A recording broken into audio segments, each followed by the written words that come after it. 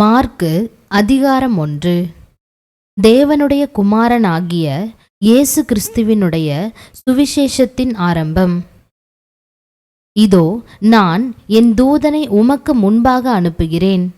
அவன் உமக்கு முன்னே போய் உமக்கு வழியை ஆயத்தம் பண்ணுவான் என்றும், கர்த்தருக்கு வழியை ஆயத்தப்படுத்துங்கள், அவருக்கு பாதைகளை செவ்வை பண்ணுங்கள் என்று வனாந்தரத்திலே கூப்பிடுகிறவனுடைய சத்தம் உண்டாகும் என்றும் தீர்க்க தரிசன ஆகமங்களில் எழுதியிருக்கிற பிரகாரமாய் யோவான் வனாந்தரத்தில் ஞானஸ்நானம் கொடுத்து பாவ மன்னிப்புக்கென்று மனந்திரும்புதலுக்கேற்ற ஞானஸ்நானத்தை குறித்து பிரசங்கம் பண்ணி கொண்டிருந்தான். அப்பொழுது யூதேயா தேசத்தார் அனைவரும் எருசலேம் நகரத்தார் யாவரும் அவனிடத்திற்கு போய் தங்கள் பாவங்களை அறிக்கையிட்டு யோர்தான் நதியில் அவனால் ஞானஸ்நானம் பெற்றார்கள். யோவான் ஒட்டகமயிர் உடையை தரித்து தன் அறையில் வார்க்கச்சியை கட்டி கொண்டவனாயும் வெட்டுக்கிளியையும் காட்டு தேனையும் புசிக்கிறவனாயும் இருந்தான். அவன், என்னிலும் வல்லவர் ஒருவர் எனக்கு பின் வருகிறார், அவருடைய பாத ரட்சைகளின் வாரை குனிந்து அவிழ்க்கிறதற்கும் நான் பாத்திரன் அல்ல. நான் ஜலத்தினால் உங்களுக்கு ஞானஸ்நானம் கொடுத்தேன், அவரோ பரிசுத்த ஆவியினால் உங்களுக்கு ஞானஸ்நானம் கொடுப்பார் என்று பிரசங்கித்தான். அந்த நாட்களில் இயேசு கலிலேயாவில் உள்ள நாசரேத்தூரிலிருந்து வந்து யோர்தான் நதியில் யோவானால் ஞானஸ்நானம் பெற்றார். அவர் ஜலத்திலிருந்து கரையேறின உடனே வானம் திறக்கப்பட்டதையும் ஆவியானவர் புறாவைப் போல் தம்மேல் இறங்குகிறதையும் கண்டார். அன்றியும், நீர் என்னுடைய நேசகுமாரன், உம்மில் பிரியமாயிருக்கிறேன் என்று வானத்திலிருந்து ஒரு சத்தம் உண்டாயிற்று. உடனே ஆவியானவர் அவரை வனாந்தரத்திற்கு போகும்படி ஏவினார். அவர் வனாந்தரத்திலே 40 நாள் இருந்து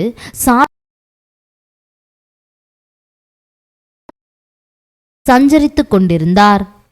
தேவ தூதர்கள் அவருக்கு ஊழியம் செய்தார்கள்.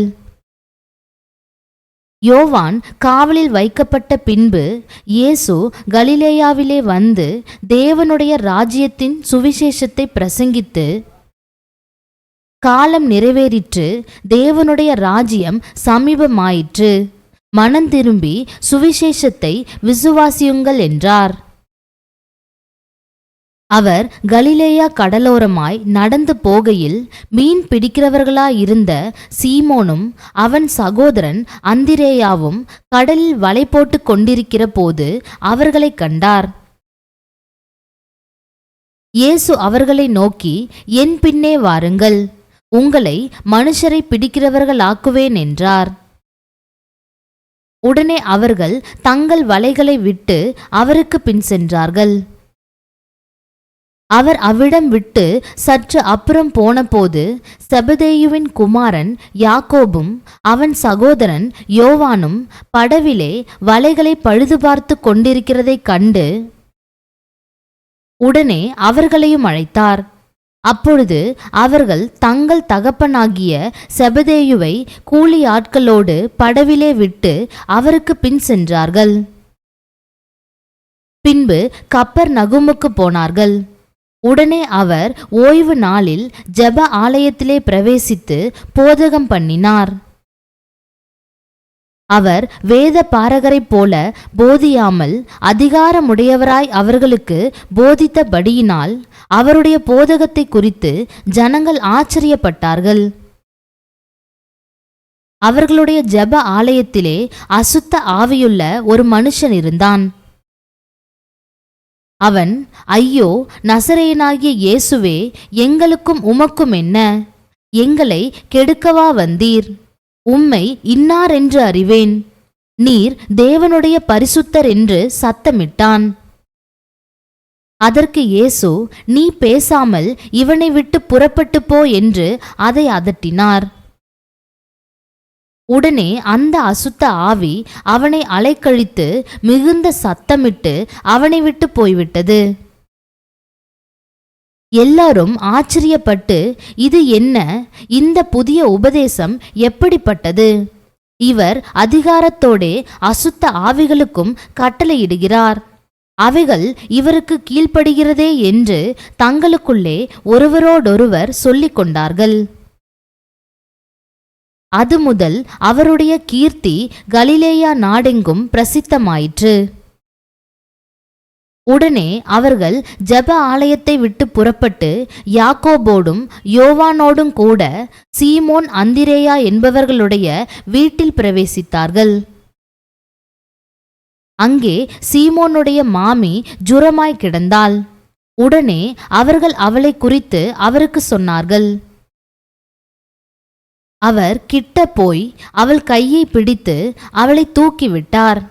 உடனே ஜுரம் அவளை விட்டு நீங்கிற்று. அப்பொழுது அவள் அவர்களுக்கு பணிவிடை செய்தாள்.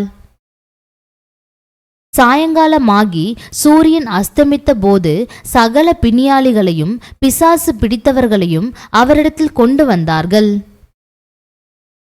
பட்டணத்தார் எல்லாரும் வீட்டு வாசலுக்கு முன்பாக கூடி வந்தார்கள். பலவிதமான வியாதிகளினால் உபத்திரவப்பட்டிருந்த அநேகரை அவர் சொஸ்தமாக்கி அநேகம் பிசாசுகளையும் துரத்திவிட்டார். அந்த பிசாசுகள் தம்மை அறிந்திருந்தபடியால் அவைகள் பேசுகிறதற்கு அவர் இடங்கொடுக்கவில்லை. அவர் அதிகாலையில் இருட்டோடே எழுந்து புறப்பட்டு வனாந்தரமான ஓரிடத்திற்கு போய் அங்கே ஜெபம் பண்ணினார்.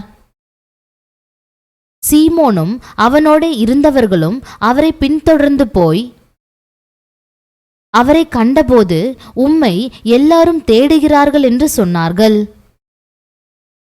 அவர்களை அவர் நோக்கி, அடுத்த ஊர்களிலும் நான் பிரசங்கம் பண்ண வேண்டுமாதலால் அவ்விடங்களுக்கு போவோம் வாருங்கள், இதற்காகவே புறப்பட்டு வந்தேன் என்று சொல்லி கலிலேயா நாடெங்கும் அவர்களுடைய ஜெப ஆலயங்களில் அவர் பிரசங்கம் பண்ணிக்கொண்டும் பிசாசுகளை துரத்தி கொண்டும் இருந்தார்.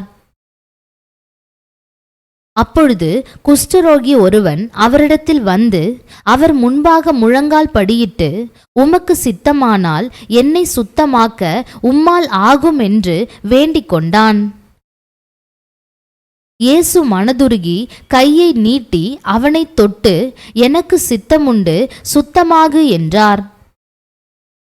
இப்படி அவர் சொன்ன உடனே குஷ்டரோகம் அவனை விட்டு நீங்கிற்று. அவன் சுத்தமானான். அப்பொழுது அவர் அவனை நோக்கி, நீ இதை ஒருவருக்கும் சொல்லாதபடிக்கு எச்சரிக்கையாயிரு. ஆயினும் நீ போய் ஆசாரியனுக்கு உன்னை காண்பித்து, நீ சுத்தமானது நிமித்தம் மோசே கட்டளையிட்டிருக்கிறவைகளை அவர்களுக்கு சாட்சியாக செலுத்து என்று கண்டிப்பாய் சொல்லி உடனே அவனை அனுப்பிவிட்டார். அவனோ புறப்பட்டு போய் இந்த சங்கதி எங்கும் விளங்கும்படியாக பிரசித்தம் பண்ணத் தொடங்கினான். அதனால் அவர் வெளியரங்கமாய் பட்டணத்தில் பிரவேசிக்க கூடாமல் வெளியே வனாந்தரமான இடங்களில் தங்கியிருந்தார். எத்திசையிலும் இருந்து ஜனங்கள் அவரிடத்திற்கு வந்தார்கள். அதிகாரம் 2. சில நாட்களுக்கு பின்பு அவர் மறுபடியும் கப்பர்நகூமுக்கு போனார். அவர் வீட்டில் இருக்கிறார் என்று ஜனங்கள் கேள்விப்பட்டு உடனே வாசலுக்கு முன்னும் நிற்க இடம் போதாதபடிக்கு அநேகர் கூடி வந்தார்கள். அவர்களுக்கு வசனத்தை போதித்தார். அப்பொழுது 4 பேர் ஒரு திமிர்வாதக்காரனை சுமந்து கொண்டு அவரிடத்தில் வந்தார்கள். ஜனக்கூட்டத்தின் நிமித்தம் அவருக்கு சமீபமாய் சேரக்கூடாமல் அவர் இருந்த வீட்டின் மேற்கூரையை பிரித்து திறப்பாக்கி திமிர்வாதக்காரன் கிடக்கிற படுக்கையை இறக்கினார்கள். இயேசு அவர்கள் விசுவாசத்தை கண்டு திமிர்வாதக்காரனை நோக்கி, மகனே, உன் பாவங்கள் உனக்கு மன்னிக்கப்பட்டது என்றார். அங்கே உட்கார்ந்திருந்த வேத பாரகரில் சிலர், இவன் இப்படி தேவதூஷணம் சொல்லுகிறதென்ன? தேவன் ஒருவரேயன்றி பாவங்களை மன்னிக்கத்தக்கவர் யார் என்று தங்கள் இருதயங்களில் சிந்தித்துக் கொண்டிருந்தார்கள். அவர்கள் தங்களுக்குள்ளே இப்படி சிந்திக்கிறார்கள் என்று இயேசு உடனே தம்முடைய ஆவியில் அறிந்து அவர்களை நோக்கி, நீங்கள் உங்கள் இருதயங்களில் இப்படி சிந்திக்கிறதென்ன? உன் பாவங்கள் உனக்கு மன்னிக்கப்பட்டதென்று சொல்வதோ, எழுந்து உன் படுக்கையை எடுத்துக்கொண்டு நடவென்று சொல்வதோ எது எளிது? பூமியிலே பாவங்களை மன்னிக்க மனுஷகுமாரனுக்கு அதிகாரம் உண்டென்பதை நீங்கள் அறிய வேண்டும் என்று சொல்லி திமிர்வாதக்காரனை நோக்கி, நீ எழுந்து உன் படுக்கையை எடுத்துக்கொண்டு உன் வீட்டுக்கு போ என்று உனக்கு சொல்லுகிறேன் என்றார். உடனே அவன் எழுந்து தன் படுக்கையை எடுத்துக்கொண்டு எல்லாருக்கும் முன்பாக போனான். அப்பொழுது எல்லோரும் ஆச்சரியப்பட்டு, நாம் ஒரு காலும் இப்படி கண்டதில்லை என்று சொல்லி தேவனை மகிமைப்படுத்தினார்கள். அவர் மறுபடியும் புறப்பட்டு கடலருகே போனார். அப்பொழுது ஜனங்கள் எல்லாரும் அவரிடத்தில் வந்தார்கள். அவர்களுக்கு போதகம் பண்ணினார். அவர் நடந்து போகையில் அல்பேயுவின் குமாரனாகிய லேவி ஆயத்துறையில் உட்கார்ந்திருக்கிறதைக் கண்டு, எனக்கு பின் சென்று வா என்றார். அவன் எழுந்து அவருக்கு பின் சென்றான். அப்பொழுது அவனுடைய வீட்டிலே அவர் போஜன பந்தி இருக்கையில் அநேக ஆயக்காரரும் பாவிகளும் அவரோடு கூட வந்திருந்தபடியால் அவர்களும் இயேசுவோடும் அவர் சீஷரோடும் கூட பந்தி இருந்தார்கள். அவர் ஆயக்காரரோடும் பாவிகளோடும் போஜனம் பண்ணுகிறதை வேத பாரகரும் பரிசேயரும் கண்டு அவருடைய சீஷரை நோக்கி, அவர் ஆயக்காரரோடும் பாவிகளோடும் போஜனம் பானம் பண்ணுகிறதென்னவென்று கேட்டார்கள்.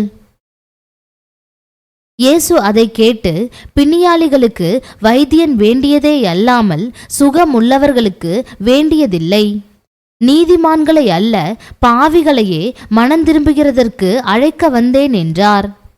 யோவானுடைய சீஷரும் பரிசேயருடைய சீஷரும் உபவாசம் பண்ணி வந்தார்கள். அவர்கள் அவரிடத்தில் வந்து, யோவானுடைய சீஷரும் பரிசேயருடைய சீஷரும் உபவாசிக்கிறார்களே, உம்முடைய சீஷர் உபவாசியாமல் இருக்கிறதென்னவென்று கேட்டார்கள். அதற்கு இயேசு, மணவாளன் தங்களோடு இருக்கையில் மணவாளனுடைய தோழர் உபவாசிப்பார்களா? மணவாளன் தங்களுடனே இருக்கும் வரைக்கும் உபவாசிக்க மாட்டார்களே. மணவாளன் அவர்களை விட்டு எடுபடும் நாட்கள் வரும், அந்த நாட்களிலே உபவாசிப்பார்கள். ஒருவனும் கோடி துண்டை பழைய வஸ்திரத்தோடு இணைக்க மாட்டான். இணைத்தால் அதனோடே இணைத்த புதிய துண்டு பழையதை அதிகமாய் கிழிக்கும், பீறலும் அதிகமாகும். ஒருவனும் புது திராட்சை ரசத்தை பழந்துருத்திகளில் வார்த்து வைக்க மாட்டான். வார்த்து வைத்தால் புது ரசம் துருத்திகளை கிழித்து போடும், ரசமும் சிந்திப்போம், துருத்திகளும் கெட்டுப்போம். புது ரசத்தை புது துருத்திகளில் வார்த்து வைக்க வேண்டும் என்றார். பின்பு அவர் ஓய்வு நாளில் பயிர் வழியே போனார். அவருடைய சீஷர்கள் கூட நடந்து போகையில் கதிர்களை கொய்யத் தொடங்கினார்கள். பரிசேயர் அவரை நோக்கி, இதோ ஓய்வு நாளில் செய்யத்தகாததை இவர்கள் ஏன் செய்கிறார்கள் என்றார்கள். அதற்கு அவர், தாவீதுக்கு உண்டான ஆபத்தில் தானும் தன்னோடிருந்தவர்களும் பசியாயிருந்தபோது அவன் அபியத்தார் என்னும் பிரதான ஆசாரியன் காலத்தில் செய்ததை நீங்கள் ஒரு காலும் வாசிக்கவில்லையா? அவன் தேவனுடைய வீட்டில் பிரவேசித்து ஆசாரியர் தவிர வேறொருவரும் புசிக்கத்தகாத தெய்வ சமூகத்து அப்பங்களை தானும் புசித்து தன்னோடிருந்தவர்களுக்கும் கொடுத்தானே என்றார்.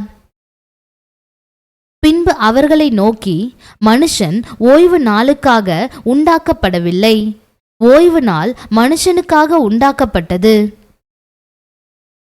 ஆகையால் மனுஷகுமாரன் ஓய்வு நாளுக்கும் ஆண்டவராயிருக்கிறார் என்றார்.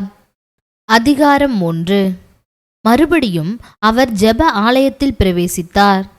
அங்கே சூம்பின கையையுடைய ஒரு மனுஷன் இருந்தான். அவர் ஓய்வு நாளில் அவனை சொஸ்தமாக்கினால் அவர் பேரில் குற்றஞ்சாட்டலாம் என்று அவர் மேல் நோக்கமாயிருந்தார்கள். அப்பொழுது அவர் சூம்பின கையையுடைய மனுஷனை நோக்கி, எழுந்து நடுவே நில் என்று சொல்லி அவர்களை பார்த்து, ஓய்வு நாட்களில் நன்மை செய்வதோ தீமை செய்வதோ ஜீவனை காப்பதோ அழிப்பதோ எது நியாயம் என்றார். அதற்கு அவர்கள் பேசாமல் இருந்தார்கள். அவர்களுடைய இருதய கடினத்தின் நிமித்தம் அவர் விசனப்பட்டு கோபத்துடனே சுற்றிலும் இருந்தவர்களை பார்த்து அந்த மனுஷனை நோக்கி, உன் கையை நீட்டு என்றார். அவன் நீட்டினான். அவன் கை மறு கையைப் போல சொஸ்தமாயிற்று. உடனே பரிசேயர் புறப்பட்டு போய் அவரை கொலை செய்யும்படி அவருக்கு விரோதமாய் ஏரோதியரோடு கூட ஆலோசனை பண்ணினார்கள். இயேசு தம்முடைய சீஷர்களோடே அவ்விடம் விட்டு கடலோரத்துக்கு போனார். கலிலேயாவிலும் யூதேயாவிலும் எருசலேமிலும் இதுமேயாவிலும் யோர்தானுக்கு அக்கறையிலும் இருந்து திரளான ஜனங்கள் வந்து அவருக்கு பின் சென்றார்கள். அல்லாமலும் தீரோ சீதோன் பட்டணங்களின் திசைகளிலும் இருந்து திரளான ஜனங்கள் அவர் செய்த அற்புதங்களை குறித்து கேள்விப்பட்டு அவரிடத்தில் வந்தார்கள். அவர் அநேகரை சொஸ்தமாக்கினார். நோயாளிகள் எல்லாரும் அதை அறிந்து அவரை தொட வேண்டும் என்று அவரிடத்தில் நெருங்கி வந்தார்கள். ஜனங்கள் திரளாயிருந்தபடியால் அவர்கள் தம்மை நெருக்காதபடிக்கு தமக்காக ஒரு படவை ஆயத்தம் பண்ண வேண்டும் என்று தம்முடைய சீஷர்களுக்கு சொன்னார். அசுத்த ஆவிகளும் அவரை கண்டபோது அவர் முன்பாக விழுந்து, நீர் தேவனுடைய குமாரன் என்று சத்தமிட்டன. தம்மை பிரசித்தம் பண்ணாதபடி அவைகளுக்கு கண்டிப்பாய் கட்டளையிட்டார். பின்பு அவர் ஒரு மலையின் மேல் ஏறி தமக்கு சித்தமானவர்களை தம்மிடத்தில் வரவழைத்தார். அவர்கள் அவரிடத்திற்கு வந்தார்கள். அப்பொழுது அவர் 12 பேரை தெரிந்து கொண்டு அவர்கள் தம்மோடு கூட இருக்கவும் பிரசங்கம் பண்ணும்படியாக தாம் அவர்களை அனுப்பவும் வியாதிகளை குணமாக்கி பிசாசுகளை துரத்தும்படி அவர்கள் அதிகாரமுடையவர்களாயிருக்கவும் அவர்களை ஏற்படுத்தினார். அவர்கள் யாரெனில், சீமோன், இவனுக்கு பேதுரு என்கிற பெயரிட்டார். செபதேயுவின் குமாரனாகிய யாக்கோபு, யாக்கோபின் சகோதரனாகிய யோவான், இவ்விருவருக்கும் இடி முழக்க மக்கள் என்று அர்த்தங்கொள்ளும் பொவனெர்கேஸ் என்கிற பெயரிட்டார். அந்திரேயா, பிலிப்பு, பர்த்தலோமேயு, மத்தேயு, தோமா, அல்பேயுவின் குமாரன் யாக்கோபு, ததேயு, கானானியனாகிய சீமோன், அவரை காட்டிக் கொடுத்த யூதாஸ் காரியோத்து என்பவர்களே. பின்பு வீட்டுக்கு போனார்கள். அங்கே அவர்கள் சாப்பிடுவதற்கும் சமயமில்லாதபடிக்கு அநேக ஜனங்கள் மறுபடியும் கூடி வந்தார்கள். அவருடைய இனத்தார் இதை கேட்டபோது அவர் மதிமயங்கி இருக்கிறார் என்று சொல்லி அவரை பிடித்து கொள்ளும்படி வந்தார்கள். எருசலேமில் இருந்து வந்த வேத பாரகர், இவன் பெயல்செபூலை கொண்டிருக்கிறான், பிசாசுகளின் தலைவனாலே பிசாசுகளை துரத்துகிறான் என்றார்கள். அவர்களை அவர் அழைத்து ஊமைகளாய் அவர்களுக்கு சொன்னதாவது, சாத்தானை சாத்தான் துரத்துவது எப்படி? ஒரு ராஜ்யம் தனக்குத்தானே விரோதமாய் பிரிந்திருந்தால் அந்த ராஜ்யம் நிலை நிற்க மாட்டாதே. ஒரு வீடு தனக்குத்தானே விரோதமாக பிரிந்திருந்தால் அந்த வீடு நிலை நிற்க மாட்டாதே. சாத்தான் தனக்குத்தானே விரோதமாக எழும்பி பிரிந்திருந்தால் அவன் நிலை நிற்க மாட்டாமல் அழிந்து போவானே. பலவானை முந்தி கட்டினாலொழிய ஒருவனும் பலவானுடைய வீட்டுக்குள் புகுந்து அவன் உடைமைகளை கொள்ளையிடக்கூடாது.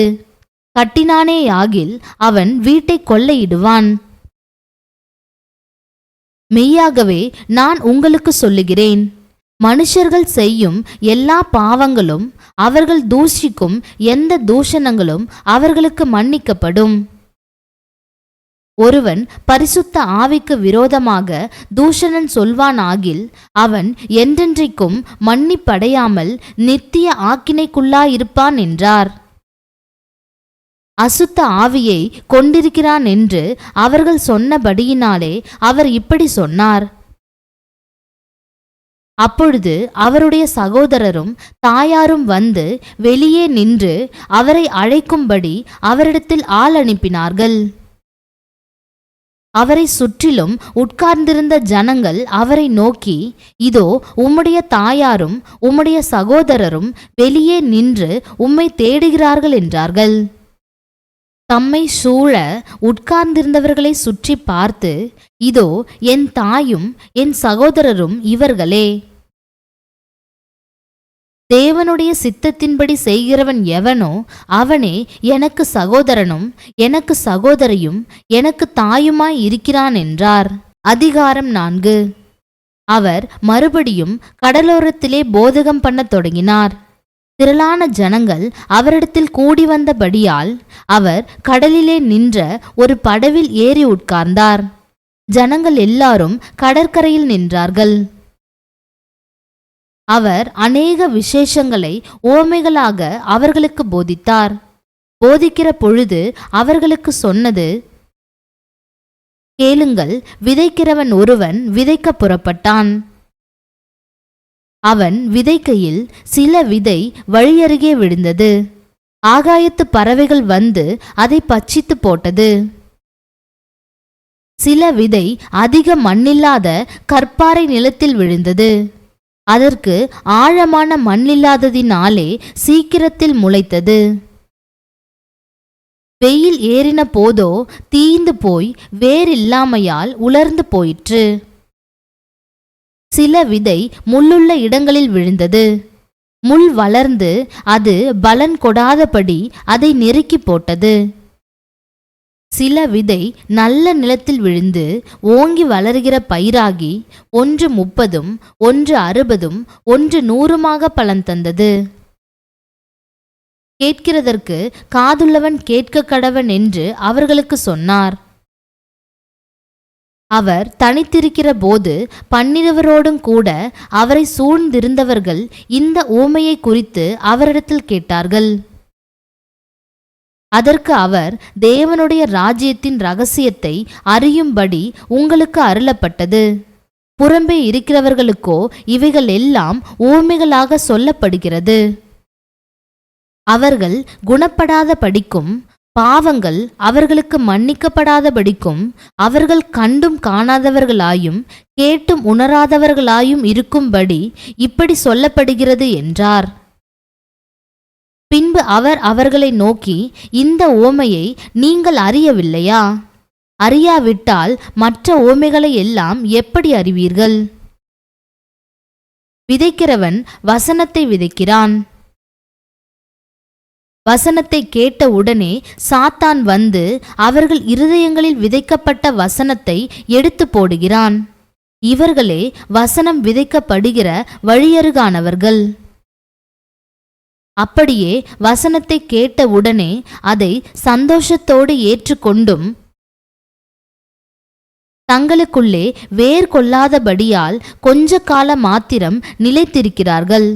வசனத்தின் நிமித்தம் உபத்திரவமும் துன்பமும் உண்டான உடனே இடரல் அடைகிறார்கள். இவர்களே கற்பாறை நிலத்தில் விதைக்கப்பட்டவர்கள். வசனத்தை கேட்டும் உலக கவலைகளும் ஐஸ்வர்யத்தின் மயக்கமும் மற்றவைகளை பற்றி உண்டாகிற இச்சைகளும் உட்பிரவேசித்து வசனத்தை நெருக்கி போட அதனால் பலனற்று போகிறார்கள். இவர்களே முள்ளுள்ள இடங்களில் விதைக்கப்பட்டவர்கள். வசனத்தை கேட்டு ஏற்றுக்கொண்டு 1 30, 1 60, 1 100 பலன் கொடுக்கிறார்கள். இவர்களே நல்ல நிலத்தில் விதைக்கப்பட்டவர்கள் என்றார்.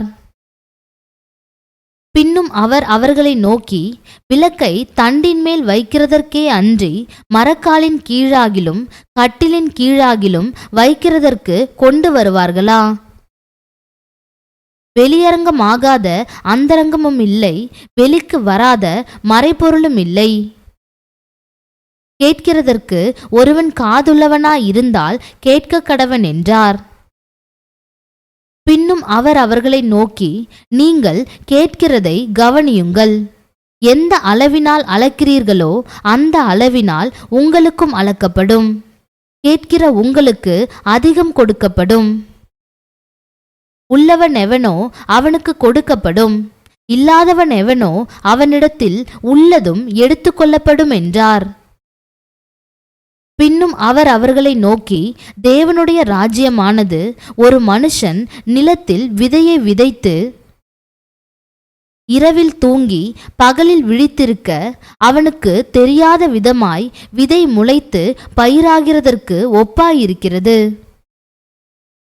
எப்படி என்றால், நிலமானது முன்பு முளையையும் பின்பு கதிரையும் கதிரிலே நிறைந்த தானியத்தையும் பலனாக தானாய் கொடுக்கும்.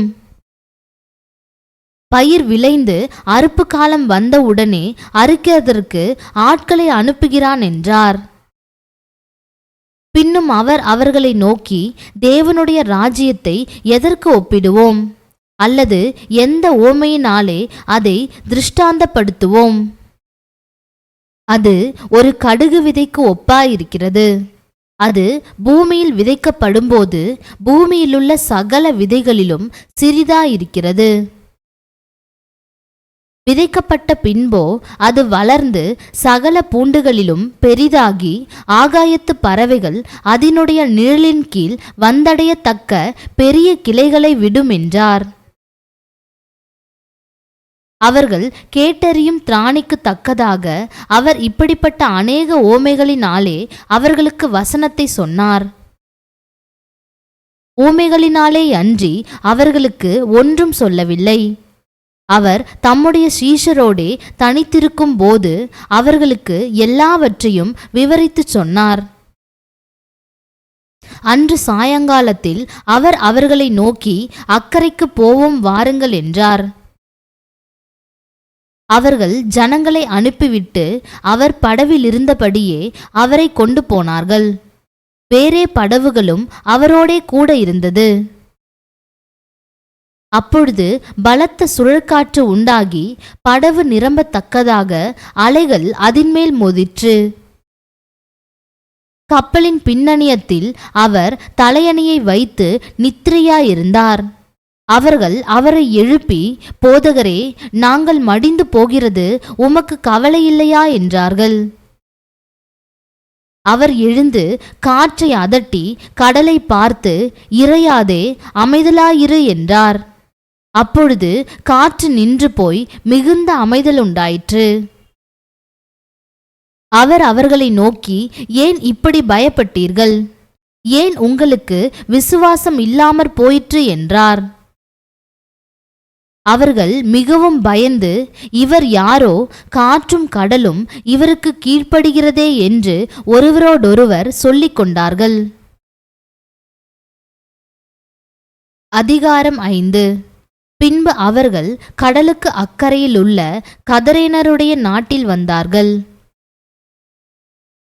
அவர் படவிலிருந்து இறங்கின உடனே அசுத்த ஆவியுள்ள ஒரு மனுஷன் பிரேத கல்லறைகளிலிருந்து அவருக்கு எதிராக வந்தான். அவனுடைய குடியிருப்பு கல்லறைகளிலே இருந்தது. அவனை சங்கிலிகளினாலும் கட்ட ஒருவனாலும் கூடாதிருந்தது.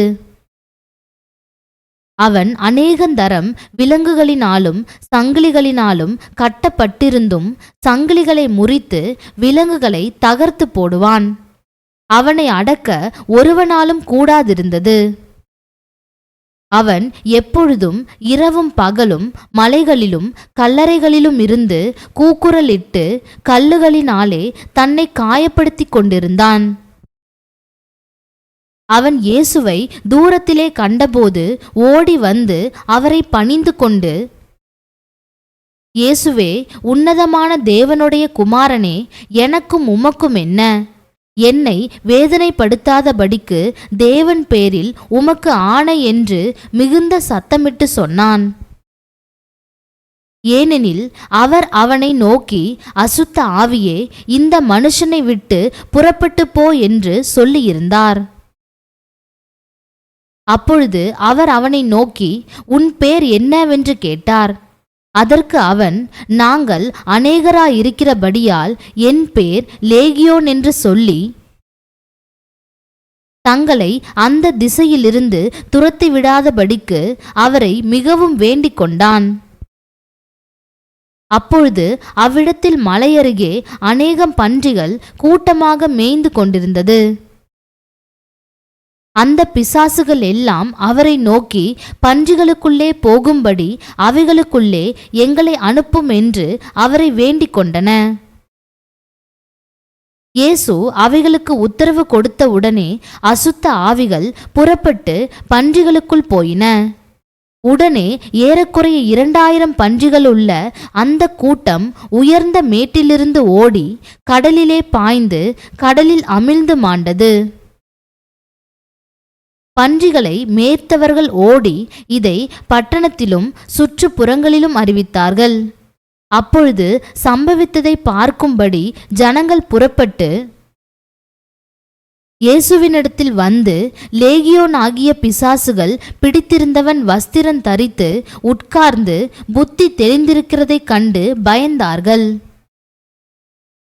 பிசாசுகள் பிடித்திருந்தவனுக்கும் பன்றிகளுக்கும் சம்பவித்ததை கண்டவர்களும் அவர்களுக்கு விவரமாய் சொன்னார்கள்.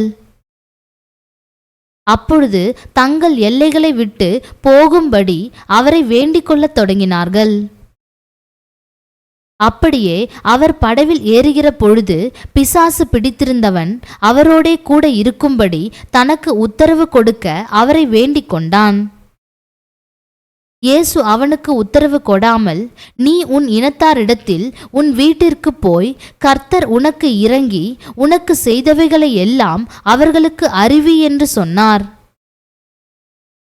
அந்தப்படி அவன் போய் இயேசு தனக்கு செய்தவைகளை எல்லாம் தெக்கப்போலி என்னும் நாட்டில் பிரசித்தம் பண்ணத் தொடங்கினான். எல்லாரும் ஆச்சரியப்பட்டார்கள். இயேசு படவில் ஏறி மறுபடியும் இக்கரைக்கு வந்து கடலோரத்தில் இருந்தபோது திரளான ஜனங்கள் அவரிடத்தில் கூடி வந்தார்கள். அப்பொழுது ஜெப ஆலய தலைவரில் ஒருவனாகிய யவீரு என்பவன் வந்து அவரை கண்டவுடனே அவர் பாதத்திலே விழுந்து, என் குமாரத்தி மரண அவஸ்தைப்படுகிறாள். அவள் ஆரோக்கியம் அடையும்படிக்கு நீர் வந்து அவள் மேல் உமது கைகளை வையும். அப்பொழுது பிழைப்பாள் என்று அவரை மிகவும் வேண்டிக் கொண்டான். அவர் அவனோடே கூட போனார். திரளான ஜனங்கள் அவருக்கு பின் சென்று அவரை நெருக்கினார்கள். அப்பொழுது 12 வருஷமாய் பெரும்பாடுள்ள ஒரு ஸ்திரீ அநேக வைத்தியர்களால் மிகவும் வருத்தப்பட்டு தனக்கு உண்டானவைகளை எல்லாம் செலவழித்தும் சற்றாகிலும் குணமடையாமல் அதிக வருத்தப்படுகிற பொழுது இயேசுவை குறித்து கேள்விப்பட்டு, நான் அவருடைய வஸ்திரங்களை ஆகிலும் தொட்டால் சொஸ்தமாவேன் என்று சொல்லி ஜன கூட்டத்துக்குள்ளே அவருக்கு பின்னாக வந்து அவருடைய வஸ்திரத்தை தொட்டாள். உடனே அவளுடைய உதிரத்தின் ஊறல் நின்று போயிற்று. அந்த வேதனை நீங்கி ஆரோக்கியமடைந்ததை அவள் தன் சரீரத்தில் உணர்ந்தாள். உடனே இயேசு தம்மிலிருந்து வல்லமை புறப்பட்டதை தமக்குள் அறிந்து ஜன கூட்டத்துக்குள்ளே திரும்பி, என் வஸ்திரங்களை தொட்டது யார் என்று கேட்டார். அவருடைய சீஷர்கள் அவரை நோக்கி, திரளான ஜனங்கள் உம்மை நெருக்கிக் கொண்டிருக்கிறதை நீர் கண்டும் என்னை தொட்டது யார் என்று கேட்கிறீரே என்றார்கள். இதை செய்தவளை காணும்படி அவர் சுற்றிலும் பார்த்தார். தன்னிடத்திலே சம்பவித்ததை அறிந்த அந்த ஸ்திரீயானவள் பயந்து நடுங்கி அவர் முன்பாக வந்து விழுந்து உண்மையை எல்லாம் அவருக்கு சொன்னாள். அவர் அவளை பார்த்து, மகளே, உன் விசுவாசம் உன்னை இரட்சித்தது. நீ சமாதானத்தோடே போய் உன் வேதனை நீங்கி சுகமாயிரு என்றார். அவர் இப்படி பேசிக் கொண்டிருக்கையில் ஜெப ஆலய தலைவனுடைய வீட்டிலிருந்து சிலர் வந்து, உம்முடைய குமாரத்தி மரித்து போனாள், இனி ஏன் போதகரை வருத்தப்படுத்துகிறீர் என்றார்கள். அவர்கள் சொன்ன வார்த்தையை இயேசு கேட்டவுடனே ஜெப ஆலய தலைவனை நோக்கி, பயப்படாதே, விசுவாசம் உள்ளவனாயிரு என்று சொல்லி பேதுருவையும் யாக்கோபையும் யாக்கோபின் சகோதரன் யோவானையும் தவிர வேறொருவரும் தம்மோடே வருகிறதற்கு இடம் கொடாமல் ஜெப ஆலய தலைவனுடைய வீட்டிலே வந்து சந்தடியையும் மிகவும் அழுது புலம்புகிறவர்களையும் கண்டு உள்ளே பிரவேசித்து, நீங்கள் சந்தடி பண்ணி அழுகிறதென்ன? பிள்ளை மரிக்கவில்லை, நித்திரையாயிருக்கிறாள் என்றார். அதற்காக அவரை பார்த்து நகைத்தார்கள். எல்லோரையும் அவர் வெளியே போக பண்ணி பிள்ளையின் தகப்பனையும் தாயையும் தம்மோடே வந்தவர்களையும் அழைத்து கொண்டு பிள்ளை இருந்த இடத்தில் பிரவேசித்து பிள்ளையின் கையை பிடித்து தலி தாகூமி என்றார். அதற்கு, சிறு பெண்ணே, எழுந்திரு என்று உனக்கு சொல்லுகிறேன் என்று அர்த்தமாம். உடனே சிறு பெண் எழுந்து நடந்தாள். அவள் 12 வயதுள்ளவளாயிருந்தாள். அவர்கள் மிகுந்த ஆச்சரியப்பட்டு பிரமித்தார்கள். அதை ஒருவருக்கும் அறிவியாதபடி அவர்களுக்கு உறுதியாக கட்டளையிட்டு அவளுக்கு ஆகாரம் கொடுக்கும்படி சொன்னார்.